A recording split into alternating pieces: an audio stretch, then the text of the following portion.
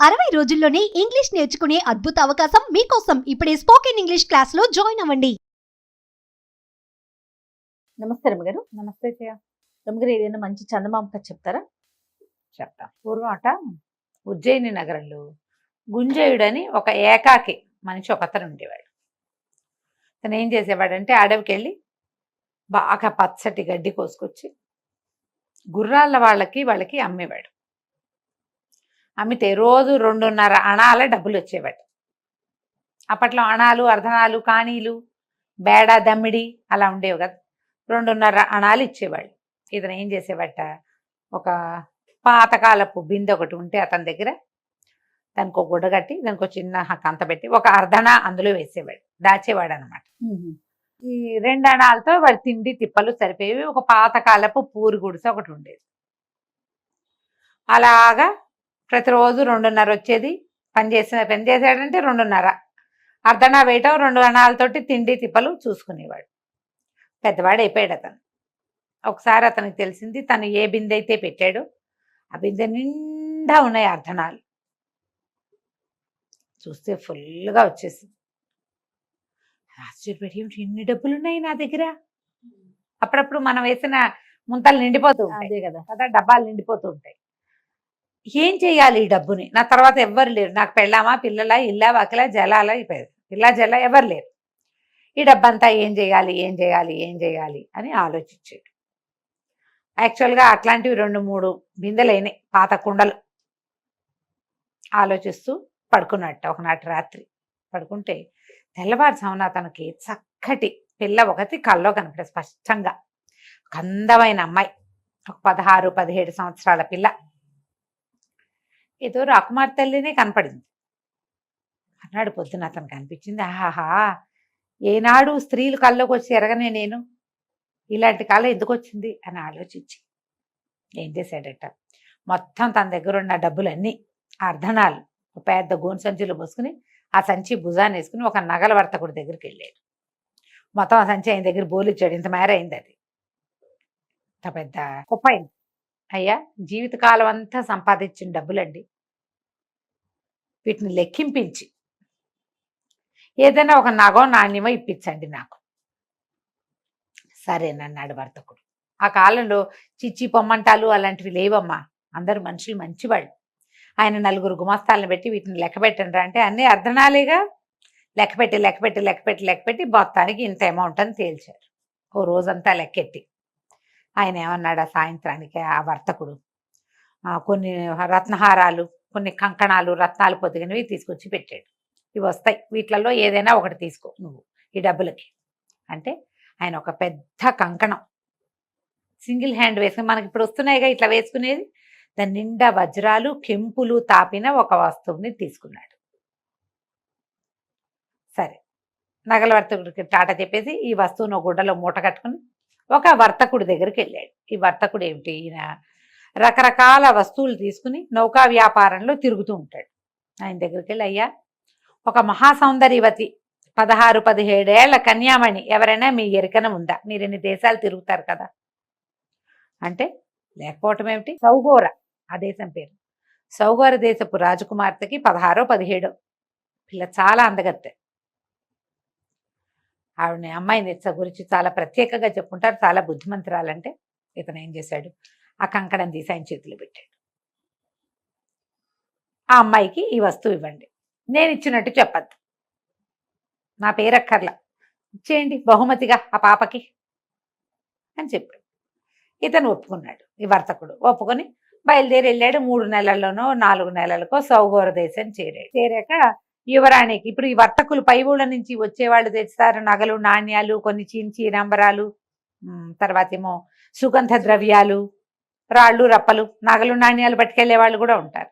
వర్తకుడు వస్తానని కబురు పెడితే ఆ సౌగోర దేశపు యువరాణి సరేనా, ఈయన ఈ వస్త్రంలో చుట్టూన్న ఈ కంకణాన్ని ఆ అమ్మాయికి బహుమతిగా ఇచ్చాడు. మీకు బహుమతిగా ఒకళ్ళు పంపించారంటే ఆవిడ ఆశ్చర్యపోయింది.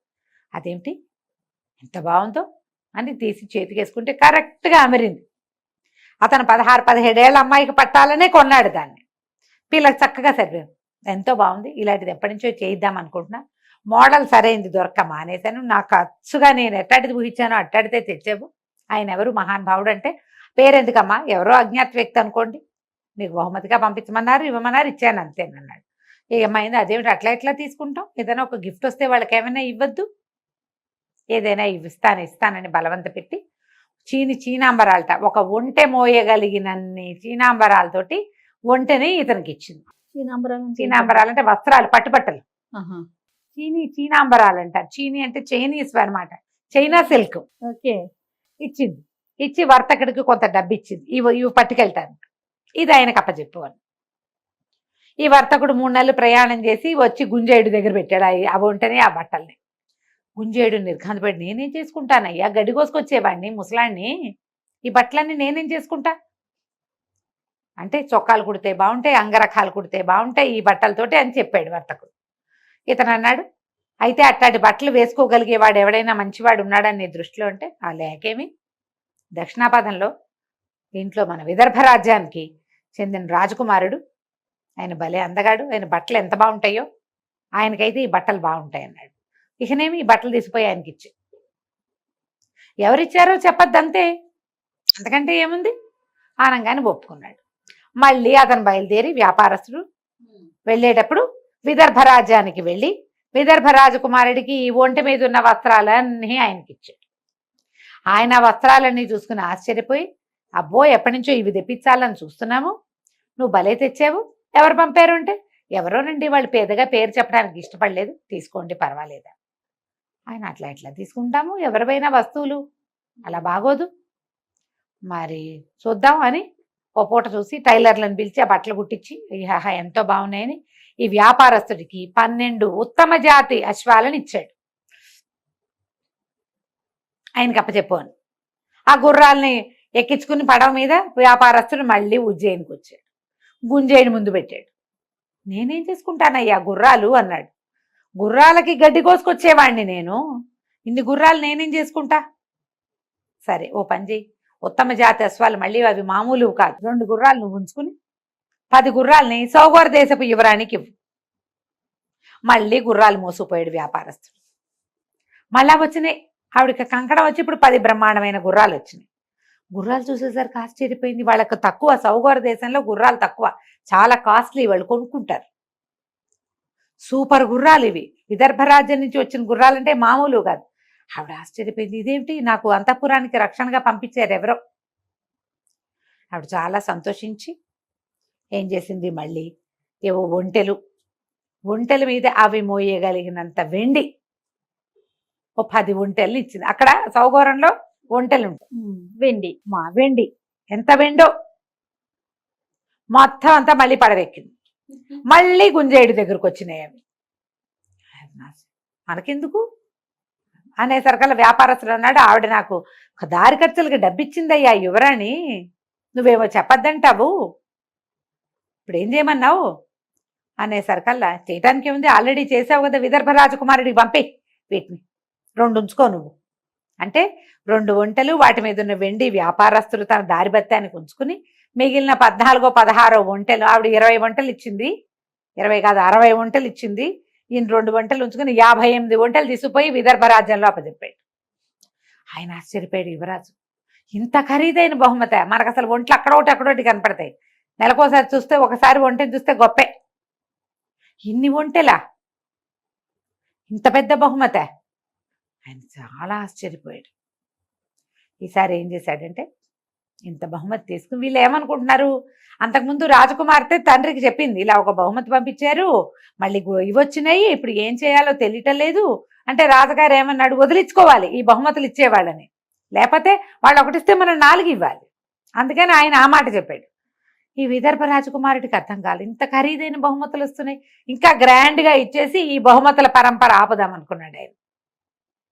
బ్రహ్మాండమైన గుర్రాలు 10, మళ్ళీ ఓ ఒంటెలో 10, అక్కడి నుంచి ఓ 10 ఏనుగులు, ఆ ఏనుగుల మీద బ్రహ్మాండమైన ఇవేశాడు, ఏమంటారు మన పైన హౌదాలు ఎత్తుతారు కదా, హౌదా ఎత్తటం అంటారు, ఏనుగు మీద అంబారి, ఆ అంబారి మీద నుంచి ఇట్లా ముత్యాల సరాలు జాలువారుతూ చక్కగా అలంకరించినటువంటి, వీటికేమో గుర్రాల గిట్టలకు కూడా వెండి గిట్టలు పెట్టించాడు ఆయన, అవన్నీ ఇచ్చాడు. మొత్తం పైగా ఈ పంపించిన వాటన్నిటికీ పైన చీనాంబరాలు కప్పారు, అలంకారాలు, మెళ్ళో ఆభరణాలు వాటికి. భర్త కూడా అన్నీ మోసుకొచ్చి గుంజేటి దగ్గర పెట్టాడు. పెట్టేసరికి ఏం చేయాలో తెలియలే గుంజేటికి. వీటన్నిటిని నేనేం చేసుకుంటానయ్యా, గుర్రాలు వచ్చాయి, మళ్ళీ ఒంటెలు వచ్చాయి, మళ్ళీ ఏనుగులు, సరే తలా 2 నువ్వు ఉంచుకో, మిగిలిన పట్టుకెళ్ళి రాజకుమార్తెకి ఇచ్చి. అనగానే వ్యాపారస్తుడు ఒప్పుకోవాలి. అబ్బే అలా కుదరదు, ఇప్పటికి 3 సార్లు వెళ్ళా, ఆవిడ ఎవరిచ్చారని పీకేస్తోంది, ఎవరో అజ్ఞాత వ్యక్తి అని ఎన్నిసార్లు చెప్పను, ఈసారి వాళ్ళ మొహం చూడడానికి నాకు సిగ్గుగా ఉందయ్యా, వాళ్ళు మొహమాట పడుతున్నారు, ఎవరిచ్చారో చెప్పమని అడిగితే ఏం చెప్పాలి, మా ఊళ్ళో గడ్డి కోసుకునే ముసలి గుంజేయుడు ఇచ్చాడని చెప్పమంటావా మరి అనేసరికల్లా గుంజేయుడు ఆలోచించి, ఎందుకు ఇవి ఎక్కడి నుంచి తెచ్చావంటే విదర్భరాజుని, విదర్భ రాజకుమారుడు ఇచ్చాడని చెప్పు, సరిపోతుందిగా, మన పేరు ఎందుకు మధ్యలో అనగానే సరేనన్నాడు. ఈ మొత్తం ఏనుగులు, గుర్రాలు, ఒంట్లు, వీటి మీద ఉన్న వస్తువులు, నగలు, నాణ్యాలతో తీసుకుపోయి వ్యాపారస్తుడు సౌగౌర రాజ్యపు రాజకుమార్తెకి ప్రవేశపెట్టాడు. ఆవిడ పరమాశ్చర్యం పొందిన తండ్రిని పిలిచేసి, నాన్న ఇవన్నీ చూడని. ఆయన అవన్నీ చూసి ఎక్కడి నుంచి వచ్చాయి ఏమిటి అంటే, ముందే మాట్లాడుకున్నారుగా విదర్భ రాజకుమారుడని. విదర్భ రాజకుమారుడు అనగానే రాజుగారు ఆశ్చర్యపోయాడు. అమ్మాయి నాకు ఒకటి ఉందే, నీ పటాలు అందరికీ పంపాము పెళ్లి చూపుల కోసం, ఈ విదర్భ రాజకుమారుడు నిన్ను ప్రేమించి పెళ్లి చేసుకుందాం అనుకుంటున్నాడు, డైరెక్ట్ గా కబురు చేస్తే మనం కాదన్నామనుకో, ఒకవేళ విదర్భ మనకు దూరం, కాదన్నామనుకో పరువు పోతుంది, అందుకని కాదనలేని స్థితి కల్పించడం కోసం ఈ వస్తువులన్నీ పంపిస్తున్నాడు. ఆలోచించుకున్నారు. ఇప్పుడు మనం ఒక వస్తువు చూస్తే దాని మీద మనకు ఐడియాలు వస్తాయి, మన ప్రకారం కదా మనం ఆలోచించుకుంటాం. ఇట్లా కాదు, మనం ఒక పని చేద్దాం, మనం చిన్న తీర్థయాత్ర చేద్దాం, మనమే విదర్భ రాజ్యానికి వెళ్దాం, ఇంత గొప్ప బహుమతులు పెళ్లి సంబంధం కోసం పంపగలిగిన వాడు ఎంత సంపాదన పరుడు అయి ఉంటాడు, పద వెళ్దామని కూతుర్ని వెంబడి పెట్టుకుని చక్కగా పెద్ద దండు వెడలినట్టు వెడలి ఈ పడవల మీద ముందు ఉజ్జయిని వెళ్ళి అక్కడి నుంచి విదర్భకి వెళ్ళారు. విదర్భ రాజ్యానికి వెళ్తే ఫలానా సౌగౌర రాజ్యపు రాజుగారు ఊళ్ళోకి వచ్చాడు అనగానే విదర్భ రాజుగారు ఎదురెళ్ళి పిలుచుకొచ్చాడు. పిలుచుకొస్తే ఆయన ఏమన్నాడు, మీ అబ్బాయి చాలా ప్రేమతోటి పెళ్లి సంబంధం కోసం ఇన్ని వస్తువులు పంపాడండి, మాకేం అభ్యంతరం లేదు, మా అమ్మాయిని కూడా తీసుకొచ్చారు, మీరు సరే అనుకుంటే పిల్లని చూసి పెళ్లి చేసుకోండి అన్నాడు. ఈ విదర్భరాజు గారికి తుది మొదలు అర్థం కాలే, ఏమిటి జరుగుతోంది ఇక్కడ. ఆ పిల్ల చిన్నపిల్ల కాబట్టి రాజకుమార్తె తండ్రికి చెప్పింది, రాకుమారుడు తన ప్రకారం తను చేసేసుకుంటాడు, మగపిల్లాడు కొంచెం స్వతంత్రిస్తాడు కదా. ఆయన ఆశ్చర్యపోయాడు, ఏమిటి మా రాజ్యం నుంచి మీకు బహుమతులు వచ్చాయా, మాకు వాసనైనా రాలేదు, మీ పిల్ల ఫోటోయే చూడలేదు మేమన్నారు. అన్నాక ఉండండి చూద్దామని కుమారుడిని పిలిచాడు. పిలిచి ఈయన సౌగౌర రాజ్యపు రాజుగారు, ఈ అమ్మాయి వారి అమ్మాయి అనగానే ఆ అమ్మాయిని చూసేసరికి ఫ్లాట్ అయిపోయాడు రాజకుమారుడు. ఆ పిల్ల చాలా అందగత్తె, మరి గుంజేయుడు చూశాడు కల్లో అందగత్తె అయిన రాజకుమార్తెని. ఆ అమ్మాయిని చూసేసరికి కొంచెం మెత్తబడిపోయాడు. ఏమిటి నువ్వు ఏవో బహుమతులు పంపావుట, మరి వీళ్ళు ఆ బహుమతులు చూసుకునే పెళ్లి సంబంధం కోసం వచ్చారా నాయన అని తండ్రి చెప్పంగానే, బహుమతులు ముందు నాకొచ్చాయి అని చెప్పలేకపోయాడు ఆయన. అవునని చేసుకుంటాను పెళ్లి, నాకేం అభ్యంతరం లేదన్నాడు. అయిందా, సౌగౌర రాజ్యపు రాజకుమార్తెకి విదర్భ రాజకుమారుడికి ధూమ్ధామ్గా పెళ్ళైపోయింది. నువ్వు అవి పంపావు, నేను ఇవి పంపాను, నేను ఇవి పంపించాక నువ్వు అవి పంపావు అని ఇద్దరు మాట్లాడుకున్నారు. చివరికి వాళ్ళకి తెలిసిందేమిటి, ఈ సిల్సిలా తాము మొదలుపెట్టింది కాదు, మొదట ఎవరో మొదలుపెట్టారు. ఆ మొదలుపెట్టిన వాడెవరో ఆవిడికి తెలీదు, ఈయనకి తెలీదు. వీళ్ళిద్దరి పెళ్లికి రాయబారిగా మధ్యలో పనిచేసిన ముసలి గుంజేయుడు మాత్రం గడ్డి కోసుకుంటూ ఇప్పటికీ అర్ధనాలు పోగేసుకుంటూనే ఉన్నాడు. ఆ వ్యాపారస్తులు ఎప్పుడూ మళ్ళీ వీళ్ళని కలవల, ఏమీ లేవు వాళ్ళ దగ్గరికి వెళ్ళేందుకు. వ్యాపారస్తులు ఎవరు, వీళ్ళకి ఆ ఊరికి రోజు వస్తూనే ఉంటారు వ్యాపారులు, వీళ్ళకి ఏం తెలుసు. వాళ్ళిద్దరూ పెళ్లి చేసుకున్నారు. వాళ్ళిద్దరి రాజ్యాల మధ్య పడవలు అవి తిరుగుతుండే. తర్వాత ఎప్పుడో చాలా కాలం తర్వాత వాళ్ళు తెలుసుకుని ఉండొచ్చు.